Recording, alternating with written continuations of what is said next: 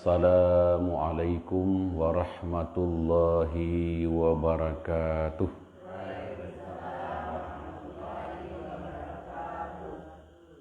Alhamdulillahi rabbil alamin. Salatu wassalamu ala asrafil anbiya wal mursalin wa ala alihi wa sahbihi rasulillahi ajma'in. Amma ba'du. Kaum muslimin wal muslimat, bapak-bapak, ibu-ibu, rahimakumullah. Mudah-mudahan senantiasa dalam kasih sayang Allah, rahimakumullah. Pertama, kita tentu bersyukur pada Allah Subhanahu wa taala. Kita tidak boleh bosan bersyukur, berterima kasih pada Allah setiap hari.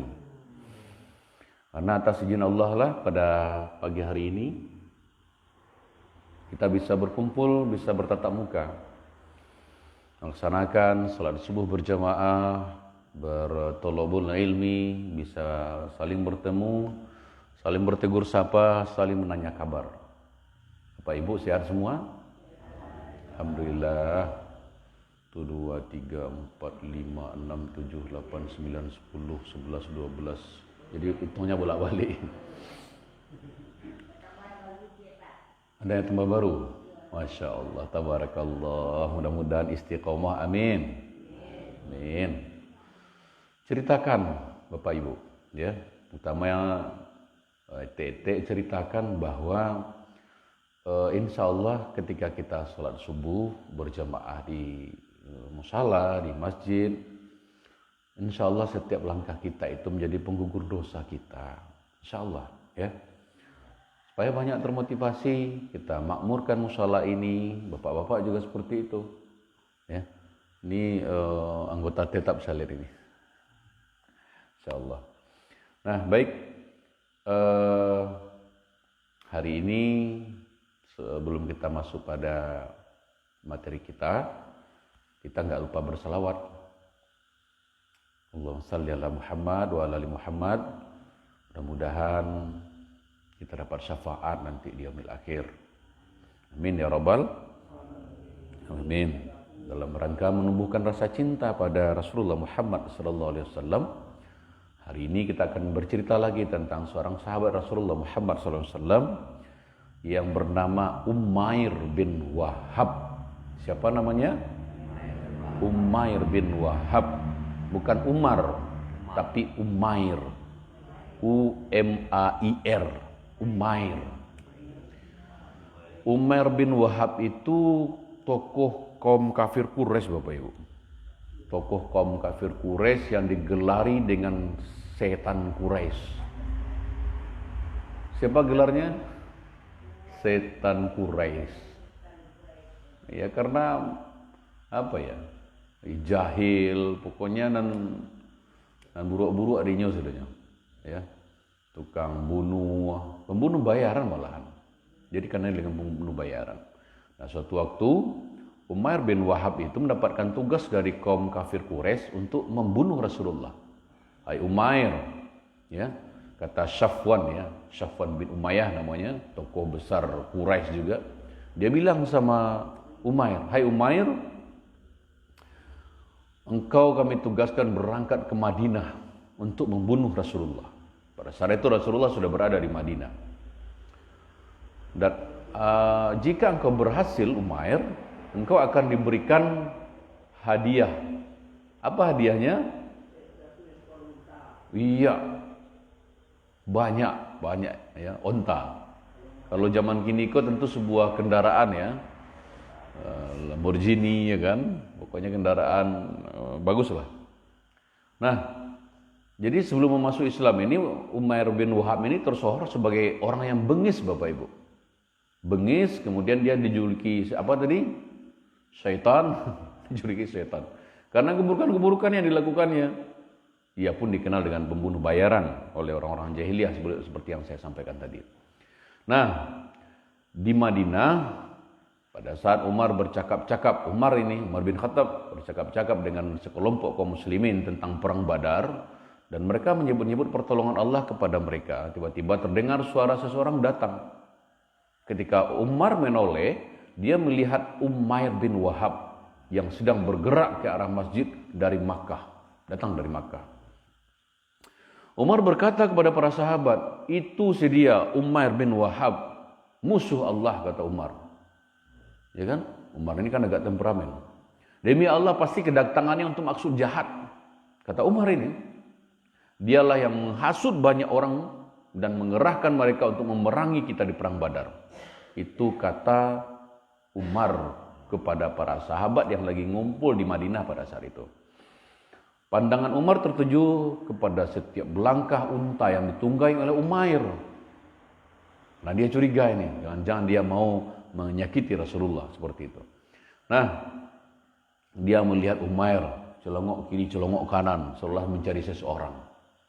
Dia mencari mana Muhammad, kan seperti itu. Nah, sembari menggotong pedang yang sudah dia beri racun.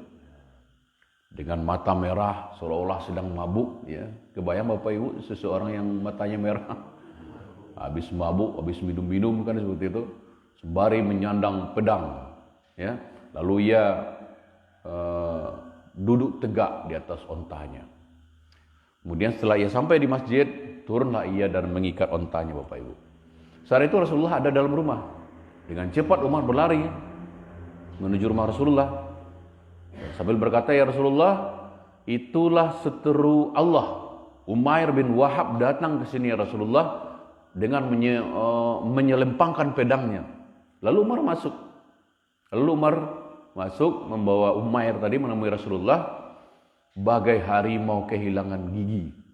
Bapak Ibu pernah melihat harimau kehilangan gigi?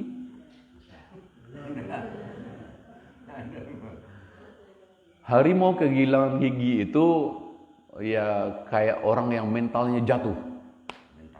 Ya, seorang pemberani yang tiba-tiba menjadi seorang yang pengecut di hadapan Umar. Seperti itu. Jadi Umair itu sama sekali tidak berkutik ketika pedang yang beracun itu dipegang Umar. Sini pedangmu Umair. Padahal rencananya di Makkah bersama Safwan bin Umayyah itu, dia asah pedang tajam itu, dikasih pedang itu racun, tujuannya hanya satu, membunuh Rasulullah.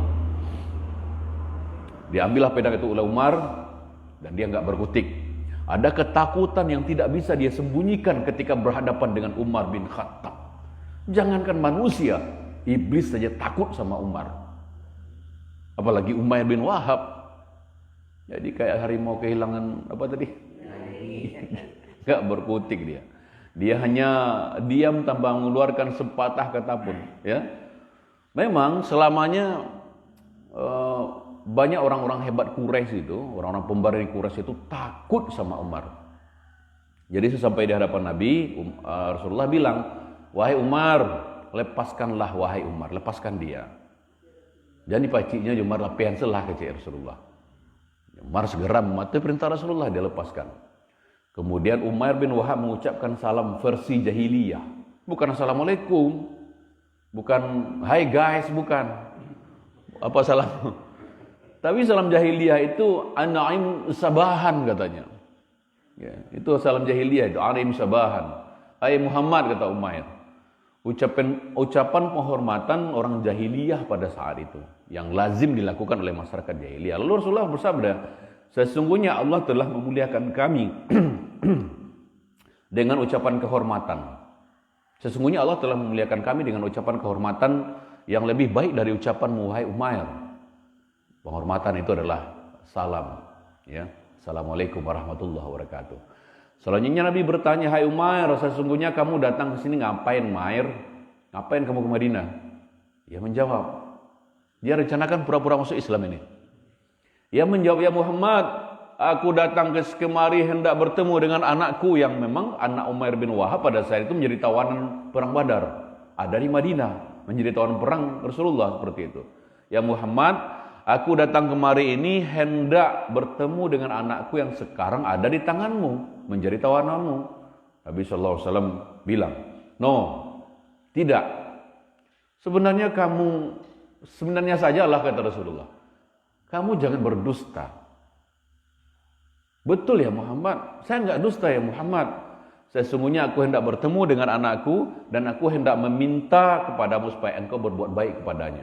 Nabi berkata lagi, sababta, kata Rasulullah, kamu berdusta. Apa guna pedang yang kamu bawa tadi? Oh, pedang ini nggak ada gunanya Muhammad. Sedikit pun pedang ini nggak ada gunanya bagiku. Mudah-mudahan Allah menjelekkan pedang ini, kata Umair. Tidak begitu ya Umair, kata Rasulullah. Adakah kamu membenarkan jika aku mengatakan, menerangkan padamu hal yang sebenarnya terjadi padamu? Apa maksudmu datang ke sini wahai Umair? Bolehkah aku menerangkan? Aku tidak ke sini melainkan untuk itu saja ya Muhammad. Bakareh juga ti Umair. Bertahan juga dengan pendapatnya. Nabi tersenyum lalu berkata, tidak begitu, kata Rasulullah. Mesti ada maksud lain engkau yang kamu simpan. Cobalah dengarkan. Beberapa saat yang lalu di Mekah, bukankah kamu duduk bersama Safwan bin Umayyah di Hijr, katanya. Lalu kamu dan Safwan menyebut kaum kafir Quraisy, ya, kaum Quraisy, kamu juga merencanakan sesuatu pasca perang Badar, ingin melakukan sesuatu padaku. Selanjutnya kamu berkata begini, begitu, dan semua yang Rasulullah ucapkan benar. Lantas, apa yang dilakukan Umair? Umair terhenyak, terduduk, kemudian dia berkata, aku bersaksi engkau utusan Allah, wahai Muhammad.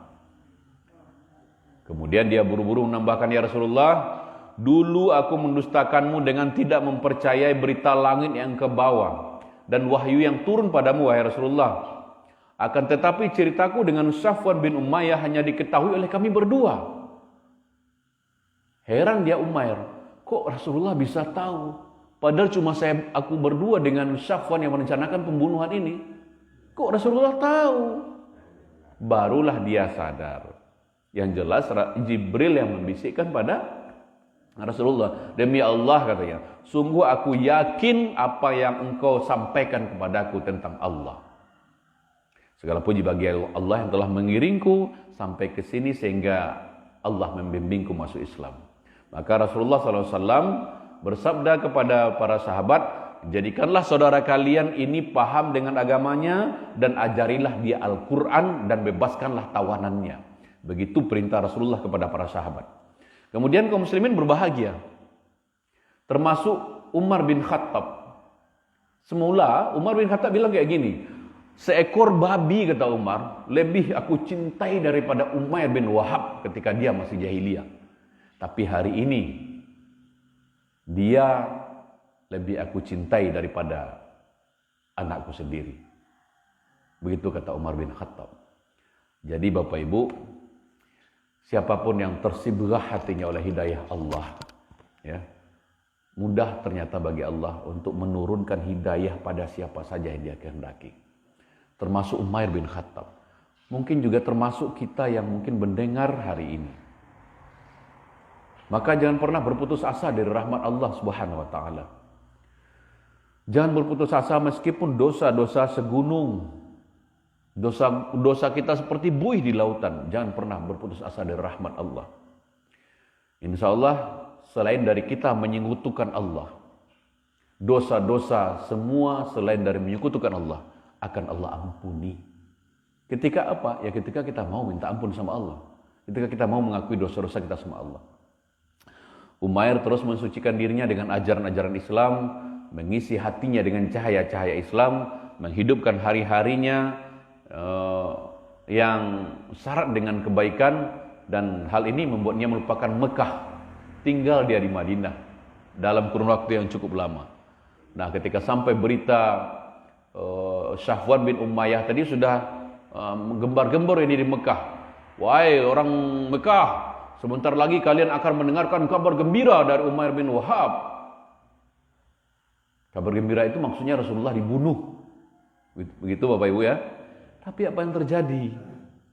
Ternyata dapat kabar bahwa Umair bin Wahab sudah masuk Islam. Maka terhenyaklah Safwan bin Umayyah tadi.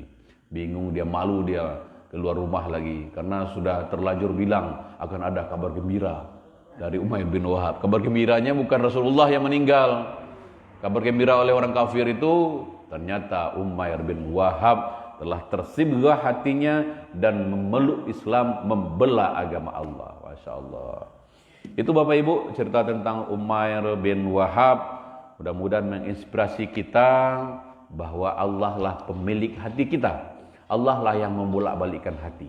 Ya, maka ketika saat ini kita merasa nikmat dekat dengan Allah, maka mohon sama Allah agar Allah menjaga hati kita, menjaga hati-hati kita.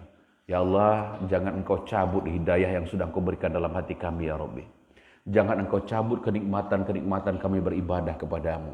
Jangan Engkau cabut kenikmatan saat bermohon dan berdoa padamu ya Allah. Tolong jaga ya Allah. Itu yang harus sering kita bilang sama Allah. Mudah-mudahan semua kita tetap Allah temani dalam jalan istiqomah ini sampai nanti nafas kita berhenti, sampai nanti kain kafan dibalutkan ke tubuh kita Bapak Ibu. Itu saja, kita tutup dengan doa kafaratul majlis. Subhanakallah wa bihamdika asyhadu an la ilaha illa anta astaghfiruka wa atubu ilaik. Assalamualaikum warahmatullahi wabarakatuh. Dan saya mau menyapa yang teman-teman, sahabat-sahabat FB, dan ternyata ibunda saya juga sedang menonton. Assalamualaikum Umi, sehat-sehat terus Umi. Kemudian Pak Zafri, Bu Yasni, Pak Afrizal Bukhari, Ni Silvianti, Bu Suci, Pak Aminullah, terima kasih sudah menonton. Dari Aceh Tamiang ini, Bu Indah Ilyani Nasution, terima kasih sudah hadir pagi ini. Bang Said Ahmad Johari, terima kasih. Bu Eli, ini penonton setia ini Bu Eli. Kemudian Bang Jatrian Baruna, terima kasih semua. Silakan bagikan postingan ini. Mudah-mudahan bermanfaat banyak tentang kisah-kisah sahabat Rasulullah ini untuk anak cucu kemenakan kita, untuk orang-orang yang bisa jadi hari ini nggak sempat nonton. Terima kasih banyak. Assalamualaikum warahmatullahi wabarakatuh.